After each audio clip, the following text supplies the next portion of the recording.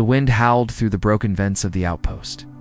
Cold, dry air scraped across the surface of the metal floor like claws. No one had lived here in years. The place was dead, just a rusting shell on the edge of forgotten space. But something moved. Footsteps, slow and dragging, echoed down the main corridor. A tall, thin figure stumbled forward. Her skin, a soft gray blue, was bruised and cracked. Her clothes hung in torn pieces. She pressed one hand to her side, blood dripping between her fingers. She was starving. Her lips were dry. Her legs trembled with each step. Her name was Sienna, and she had nowhere else to go. A week ago, she had escaped from a slave ship. People were captured, sold, and forgotten. She ran for her life, hiding in asteroid fields and dark corners of the galaxy. Ship broke down near this place, a human outpost marked as unfit for duty. Sienna had always been told humans were dangerous, cruel, and selfish. But right now, even a cruel hand was better than death. She pushed open a rusted door and fell inside. Her knees hit the floor. Her breath came in sharp gasps. The heat inside was better than outside, but only just. A light turned on. A man stood across the room. He wore a stained gray jumpsuit. His face was rough, with a beard starting to grow on. His jaw, a welding torch was in one hand, and an old tool belt hung from his waist. He froze when he saw her. Sienna tried to speak, but her voice cracked. Her knees buckled again. She collapsed on the floor, barely able to lift her head. Then she said, "It's soft, broken, full of fear. I'm yours, if that means I get to live." The human didn't move for a second. His eyes scanned her body, bloodied, shaking, eyes wide with terror. But he didn't smile. He didn't take a step toward her. He dropped his tool and ran to the corner of the room. He opened a supply case and pulled out a thick thermal blanket. Without a word, he wrapped it around her shoulders. Then he picked her up, gently, like she was glass. "I'm not going to hurt you," he said. Sienna blinked. His voice was deep, calm, and kind. He placed her on a bench near a heater, then checked her wounds. She winced as he cleaned the gash on her side. He didn't ask her any questions. He didn't yell. He just worked fast, his hands careful and warm. "I'm Carter," he finally said. She whispered, "Sienna." He gave her water. Real water. She drank like she hadn't in days. After some time, her hand stopped shaking, looked at him. Confused, "Why? Help me." Carter didn't answer right away. He stood near the window, staring at the cold stars outside. "I've seen too many people left to die," he said. "I'm tired of pretending not to care." Sienna lowered her eyes. "I thought humans didn't care at all. We're not all the same." For a few minutes, silence filled the bunker. Just the sound of the heater and the soft hum of power. Then a light flashed on the wall. Carter walked to the console and frowned. "A patrol ship." He turned to Sienna. "They're scanning the area." Her eyes went wide. "They'll kill me, I know." He walked over to the door, reached up, and pulled the lever. The heavy steel door slammed shut with a loud clang. He spun the lock wheel tight. Then he looked at her, dead, serious. "They'll kill you if they find you here," said. He paused, "But I won't." Carter paced back and forth in the small bunker, his boots thudding softly on the metal floor. The console still blinked red. The patrol ship was holding position above the outpost. His mind raced. Any wrong signal, any slight movement, and they might send a drone down to investigate. Sienna sat quietly on the bench, wrapped in the thermal blanket. Her eyes followed him, uncertain, but more alive than before. Her skin still looked pale, and there were fresh bruises on her arms. But her breathing had steadied. He checked the radar again, then slammed his fist on the console. "Damn it," he muttered under his breath. "You don't have to risk your life for me," she said softly. Carter turned. "Yeah, well, I already did. No going back now." Sienna looked down. "I thought your kind hated mine." He raised a brow. "I thought your kind sold us out to the Jernak Alliance." Her lips tightened. "We didn't." Carter folded his arms. Then why did dozens of human ships go missing after the treaty? Why were we stabbed in the back after we shared tech and food with your people? She looked at him, her voice suddenly sharp. Because someone lied? There was silence. He stared at her. She didn't blink. Her eyes were wet, but steady. Was just a child, she said. But I remember the panic. The way our leaders begged to speak with Earth again. But Earth never answered. Then came the sanctions, the blockades, the raids. We weren't the ones who turned. Carter frowned, stepping closer. If that's true, then why would they keep that hidden? Sienna pressed a hand to her side. Because someone wanted us to turn against each other, and it worked. The console beeped again. Carter checked the signal. Scanning pulse is increasing, he said. They're looking for life signs. He opened a crate, pulled out a pulse blocker device, and slammed it on the table. It was old, almost broken, but maybe it still worked. He connected a few wires, sparks flying. The screen blinked once, then twice, then turned green. Sienna coughed. What are you doing? Jamming their bioscan, Carter replied. I hope it works. She watched him in silence. You don't. Trust me, do you? She asked. He glanced at her. I don't even trust the outpost coffee machine. A small smile pulled at the corner of her mouth. It was the first time she'd smiled in days. Then, without warning, the power flickered. Lights blinked off, then came back on dimly. The heater buzzed, then groaned.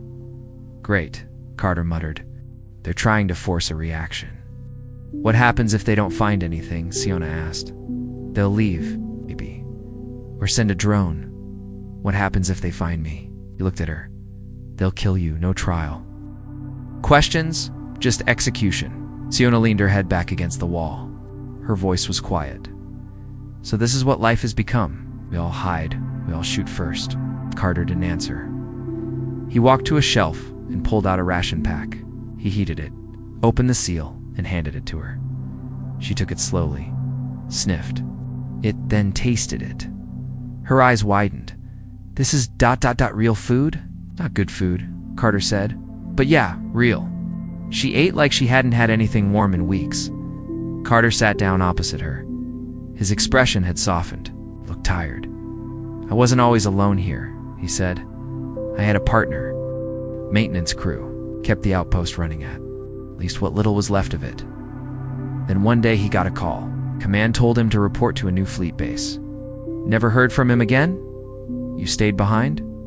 Someone had to keep the systems from falling apart. But why you? He looked up. Because I volunteered.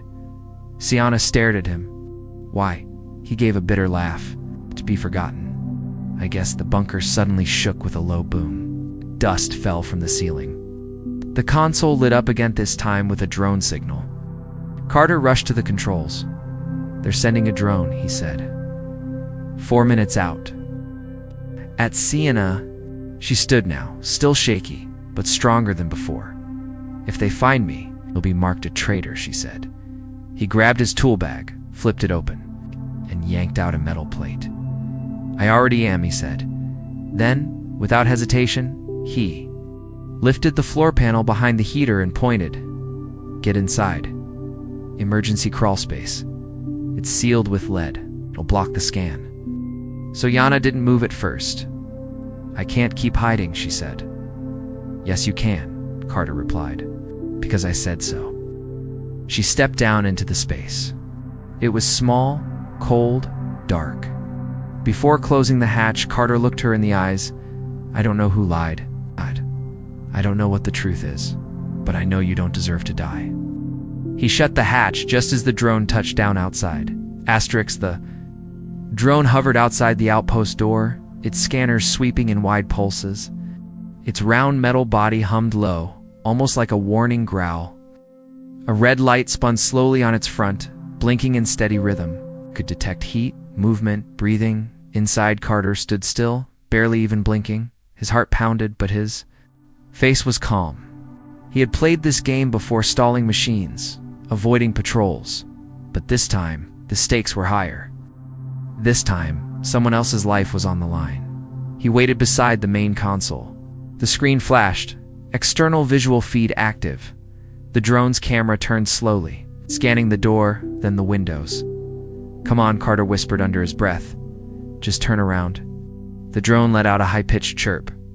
Then, finally, it backed away. Its thrusters hissed softly, and it floated upward.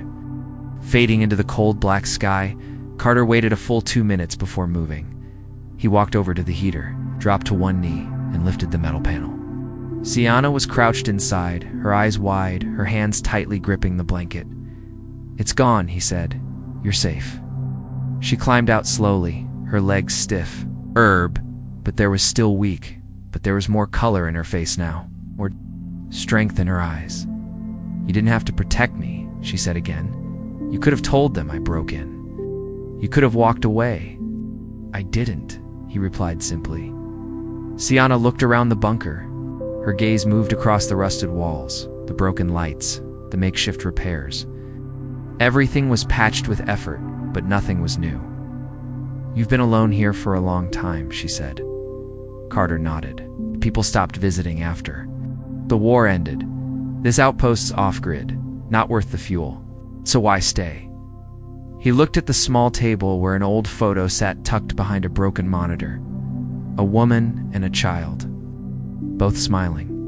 "I made promises," he said. "2 people I couldn't save.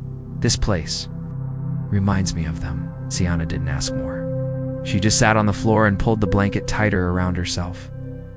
After a moment, she asked quietly, "What do you know about my people?" Carter tilted his head. "Not much. Mostly what the reports said. That you turned on us. Your fleets helped ambush the Huron colonies." "That's not true," she said. "We were told humans betrayed the Alliance. We were told to run. Someone lead to one of us," Carter replied. "Maybe both." She looked at him, her voice shaking slightly. "Do you think it was planned?" He didn't answer right away. Then he said, "It always is. Big powers don't like peace. They need enemies." Nodded. Her eyes were distant. Then she reached into a hidden pocket in her clothing and pulled out a small, cracked device. "This was my brother's," she said. "He gave it to me before they took him." She pressed a button. Device lit up, faint and flickering. Hologram appeared just static at first. Then a voice cut through. "If anyone hears this, we're hiding near the Draic belt. Coordinates encoded. Supplies low. They're hunting us. We need help." Sienna closed her hand around the device. "He's still out there." Carter stood frozen for a second. "That message," he said slowly. "You just played a transmission on my frequency." "What?" He turned back to the console. It blinked red again. "They heard that," he said. "The patrols. They were still watching the channel. They know someone's transmitting from here." Sienna's face went pale. "I didn't know it would do that." "It's not your fault," Carter said. "It's mine. I should have shut off the external array." He slammed a switch on the wall. The power flickered. The external comms went dark. But the damage was done. "They'll come," he said. "Maybe. Not today, but soon. They'll wonder why someone's calling rebels from a dead outpost." He looked at her. "Your brother? Those coordinates. Are they real?" "Yes." "Then we need to leave." Sienna blinked. "What?" "I have a skiff in the lower hangar.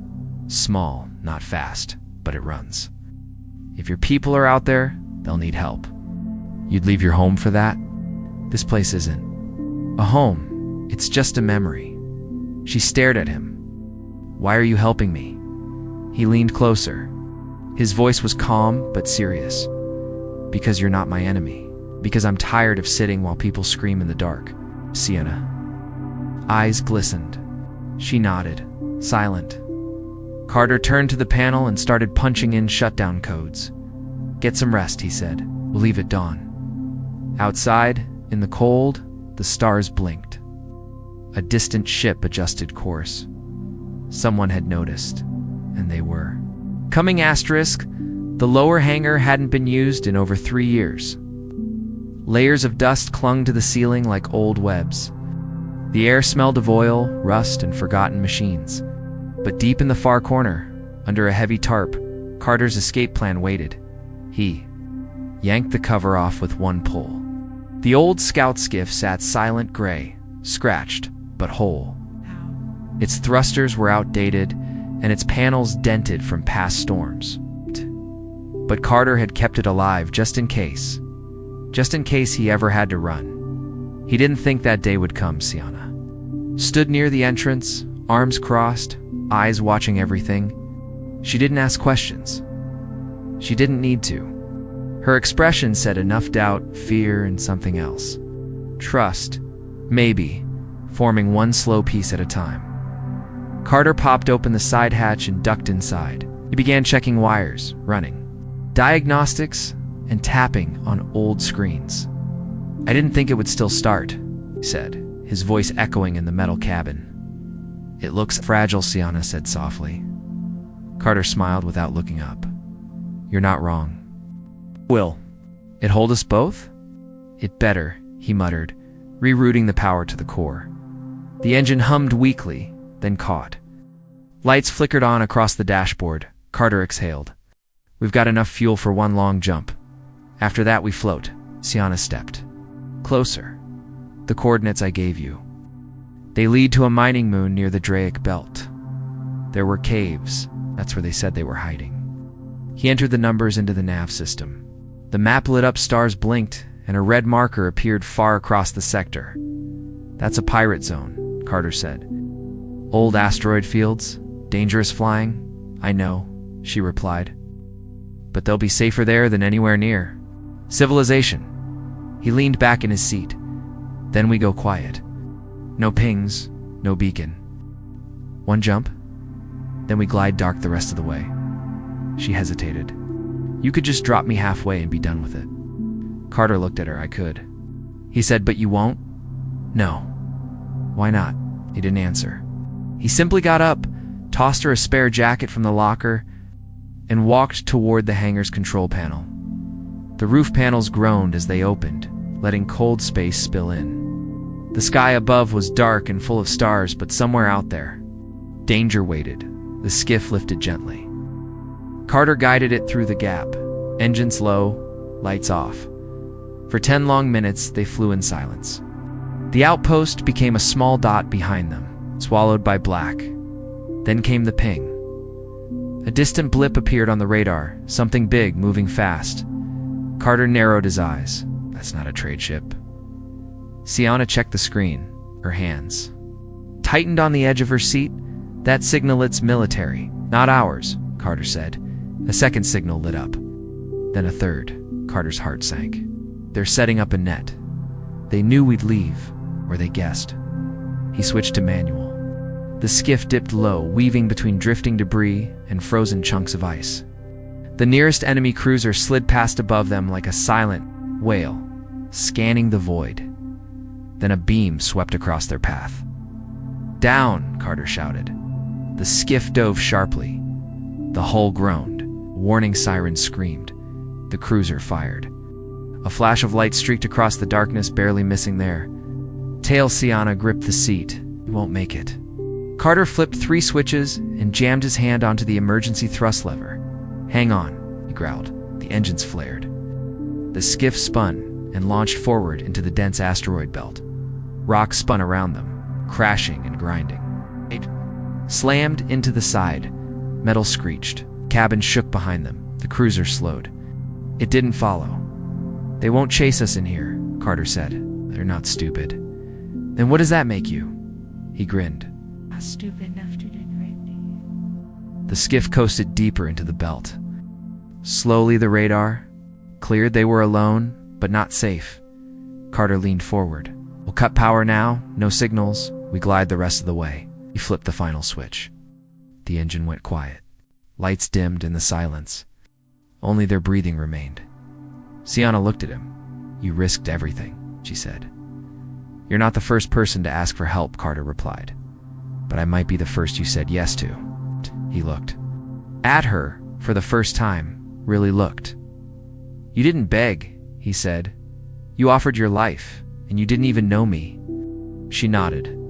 "Because I'd rather die hoping than live as someone's pet." Carter leaned back. The stars Outside shimmered slowly past. "Well," he said, "let's make sure you live on your own terms." But neither of them saw it far behind, tucked into the belt. Shadow followed, silent, patient. They weren't alone after all. The skiff floated quietly through the asteroid belt.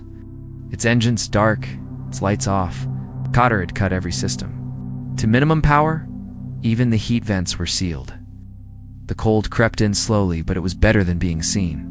Sina sat beside him, bundled in the thickest jacket he had. Her eyes were wide, watching the drifting rocks outside, like they were monsters waiting to pounce. The stars spun slowly above them. The only sound was their own quiet breathing. "How long until we reach the coordinates?" she asked.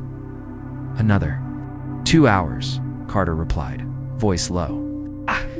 "If we don't crash into anything first." He steered manually, adjusting the skiff's path with small bursts of air.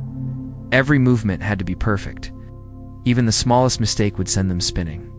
Into a rock the size of a building, Siona checked the nav screen again. The blinking red marker, the signal from her brother's distress beacon, was steady now. It hadn't moved since they picked it up. Carter frowned. "That's strange," he muttered. "What?" "It's not transmitting any pulse delay, it's frozen. Maybe the transmitter's damaged." "Maybe," Carter said, not sounding convinced. They drifted closer at last.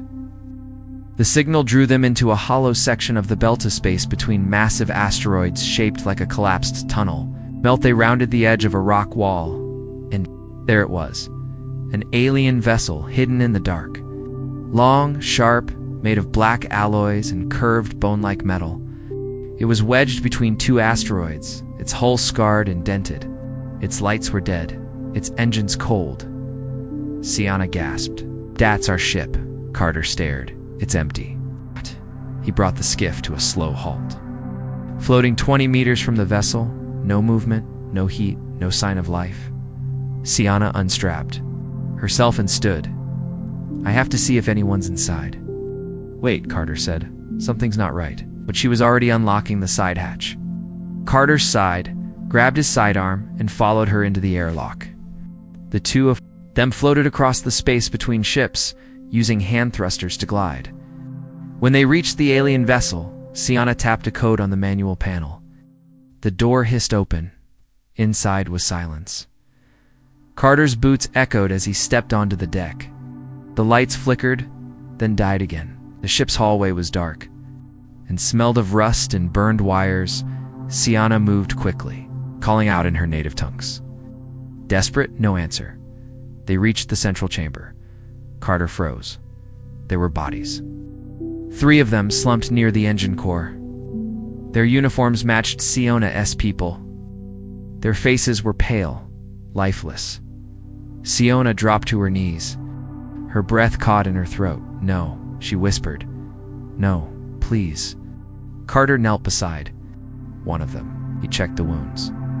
"No blaster marks," he said. "No blood." He leaned closer. Then he saw its small metal ports at the base of their necks. Invasive implants, not standard tech. "These aren't wounds," he said. "They were scanned, interrogated, and left to die." Siana looked up, tears running down her cheeks. "My brother." Carter checked the next body. Male, older, similar features. He nodded once. "I'm sorry." Siana covered her mouth. Her whole body shook. Then the ship's lights suddenly powered on. Carter spun around. The skiff's console lit up across the channel. New signal had activated, locked signal incoming. Siana's eyes widened. It was a trap. Carter grabbed her hand. "Move." They ran back to the airlock. Outside, space lit up with the flash of engines. A massive ship, uncloaked, nearby a dark vessel, heavier than anything Carter had seen in years. Not human, not hers. House. Something else. They waited for someone to follow the beacon, he said. They let this ship rot as bait. Siana looked. Back at the bodies, they knew someone would come. The enemy cruiser fired a disabling pulse. It hit the alien vessel power, drained instantly. Lights dead. Air pressure dropping. "We're sitting ducks," Carter growled. "You're going to board us." He pulled Siana into the airlock. They pushed off and flew back toward the skiff. "We won't make it," she said, glancing over her shoulder. Drones were already launching fast, spinning machines with red lights and sharp legs. Carter reached the skiff and slammed the emergency hatch. It sealed just as the first drone reached the side and slammed into the hull. Sparks flew. "We're not fast enough to run," he muttered. Then he looked at the main reactor switch. Sienna saw it too. "What are you thinking? If we dump all our power into the drive and overload the fuel coils, we can punch through. You'll burn out the ship. We'll be dead if we stay," Carter said. "I'd rather go down fighting." He hit the switches one by one. The skiff roared. Energy surged. Panels cracked. The drones slammed against the outside, scratching, cutting. Carter grabbed Sienna's hand and looked her in the eyes, ready to see what a human fireball looks like. She held on tight. "Do it." The ship screamed as the coils ignited, and then like a bullet through a storm, they vanished into the black, the fire trailing behind. Asterisk, the skiff shot through the asteroid field like a burning arrow, its hull glowing red-hot from the reactor overload. Metal panels peeled. Warning lights screamed. The cockpit filled with smoke and sparks. Carter gritted his teeth, pulling the ship upward, away from the dying wreck behind them. His hands were shaking from the GI forces, but he didn't let go of the controls. Sienna lay strapped into the co-pilot seat, coughing through the thick smoke. Her fingers clutched Carter's jacket as she tried to stay conscious. The enemy cruiser behind them didn't fire. It didn't have to. They didn't expect the skiff to survive, but somehow it did. Just barely. The overloaded engines finally gave out, and the ship drifted forward in dead silence, past the last asteroid into open space. Systems were failing, but the stars ahead blinked clearly, untouched. Carter slumped back, breathing hard. His ears rang. His vision blurred. He checked Sienna. "You all right?" She nodded weakly. I can't believe we made it." "Neither can I," he muttered, coughing. Stupid plan. Worked anyway. Outside, behind them, the trap ship vanished back into stealth mode, retreating, waiting for its next prey. But Carter had gotten them out. Somehow, the human scrap ship lived. Inside the dark, damaged skiff, the emergency power kicked in. A small light flickered, then a screen blinked. Foreign signal detected. Passive response only. No threat. Carter frowned. "That's not one of theirs," he said. A slow, deep pulse echoed through the cabin, more like a heartbeat than a scan. Console translated, "You are in restricted airspace. Identity required." Sienna blinked. "That voice? It sounds familiar." Carter leaned closer. "This doesn't sound like your people. This sounds older." Then the entire cockpit lit up with gold light. A new ship decloaked above them. It was enormous. 10 times larger than the enemy vessel. Shaped like a crescent moon, its hull shimmered like crystal and bone. Symbols covered its surface, some glowing faintly, some shifting like living veins. Carter's jaw dropped. "That's not in any database," Sienna's breath caught. That's ancient tech. From the first cycle. We thought it was legend." The ship didn't fire. Instead, it sent a second message. "Passenger identified. Sienna of the fifth flame. Clearance granted." Carter turned to her, stunned. "What does that mean?" Sienna stared at the screen in disbelief. "I don't know. I was just a scout's daughter. Door. We were never part of the flame bloodlines." Ancient ship scanned them again, this time more gently. Its voice returned. "DNA confirms royal marker. Line unbroken." Final air located. Carter was silent. Then he whispered, "Your royalty." She shook her head. "That's impossible." But the ship didn't care what she believed. A docking tunnel extended toward them. The skiff's systems powered down fully. Tractor beam took hold and pulled them in slowly. As the tunnel sealed behind them, Carter checked his pistol. "Are you ready for this?" "I don't think we have a choice." They stepped into the ancient ship. The air was clean, fresh, even warm. Lights glowed softly along the walls, guiding them forward. Ahead stood a chamber like a throne room. But there was no throne. Just a smooth, oval platform in the center. surrounded by floating orbes. As they entered, the orbs activated Deech, showing a memory. Carter saw fleets destroyed, planets burning. Old battles that looked too far back for even human history. Then he saw her .sii. Single quotes. Nah, as a baby being handed to someone in armor. A woman cried as the baby was hidden inside a pod. That's me, Sienna whispered. My mother, she was. A voice returned, now inside their heads. You were hidden. Protected. The royal line was hunted after the betrayal. You were the last. Carter stepped forward. Why show us this now? Because the enemy that turned your people against each other still lives. It still pulls the strings. You just woke a forgotten weapon. One orb floated to Carter.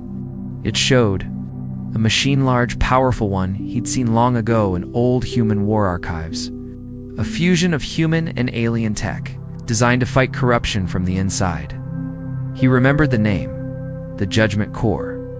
But it was never finished, Carter said. Our people gave up on it. They didn't finish it, because they couldn't. But your kind left behind the mind to run it, you Carter. He stepped back. Me. Your DNA is linked to the Core's pilot registry, one of only 7 candidates. All the others are dead. Sienna turned to him. You were chosen long ago, and you didn't even know it. Carter laughed dryly. I'm just a mechanic. I fix pipes. I sleep in storage rooms. And yet you broke through a trap. Protected the last heir, carried fire into darkness. Sienna stepped closer to him. You were never just a mechanic. Carter's hands trembled slightly. Outside, the enemy patrols circled again, closing. More fleets were arriving, drawn to the strange energy now awake in the sector. The ancient ship began powering up, and Carter made a choice. Then let's show them what humans can really do. The ancient ship rumbled with quiet power, like something awakening after a long sleep. Lights pulsed along the walls, golden and soft, growing brighter with each heartbeat. The air changed. It felt warmer, heavier.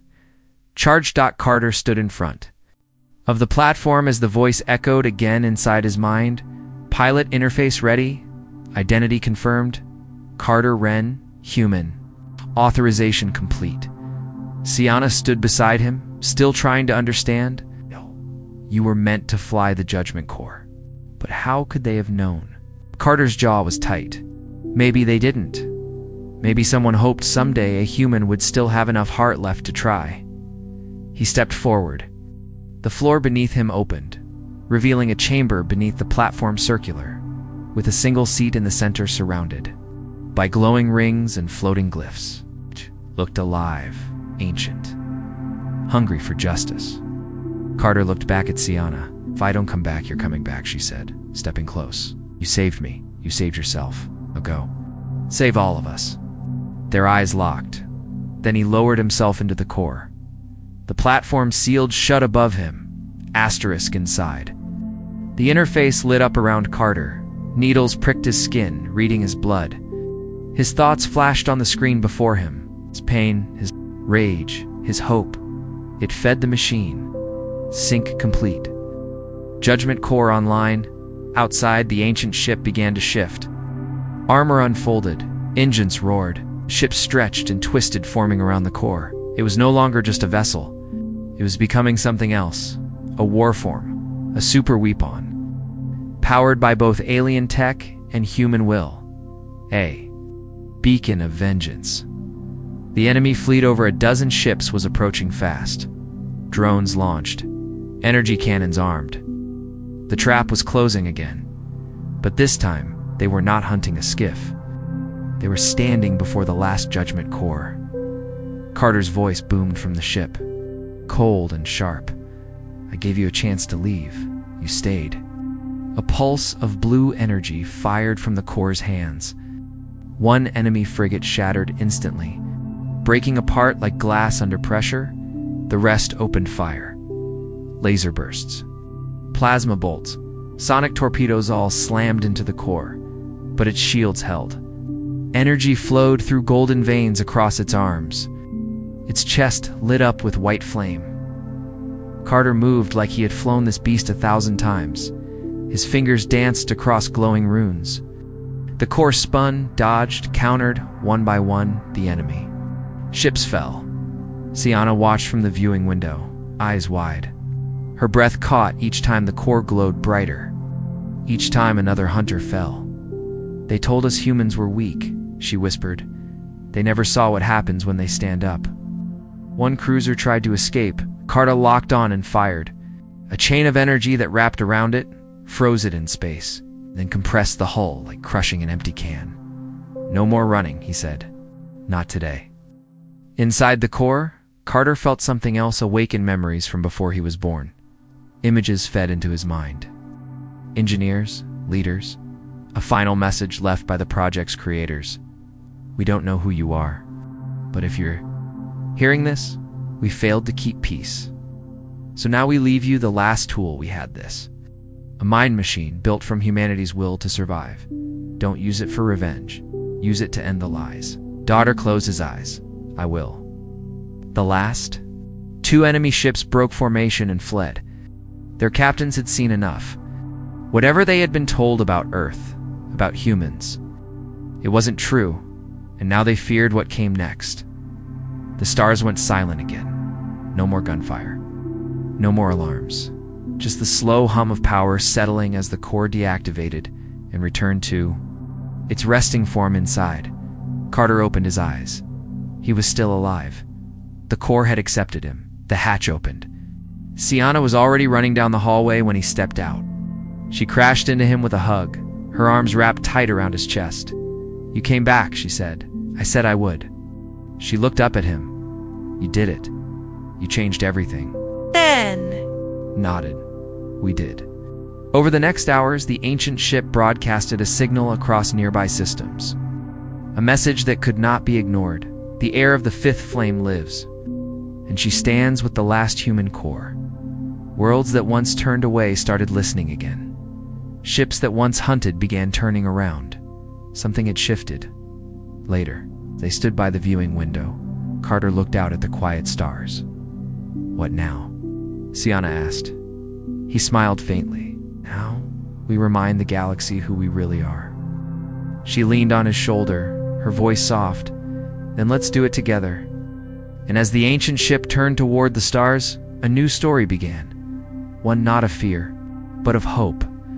One where a forgotten human and a hunted alien stood side by side, and no one would ever underestimate them again. The end.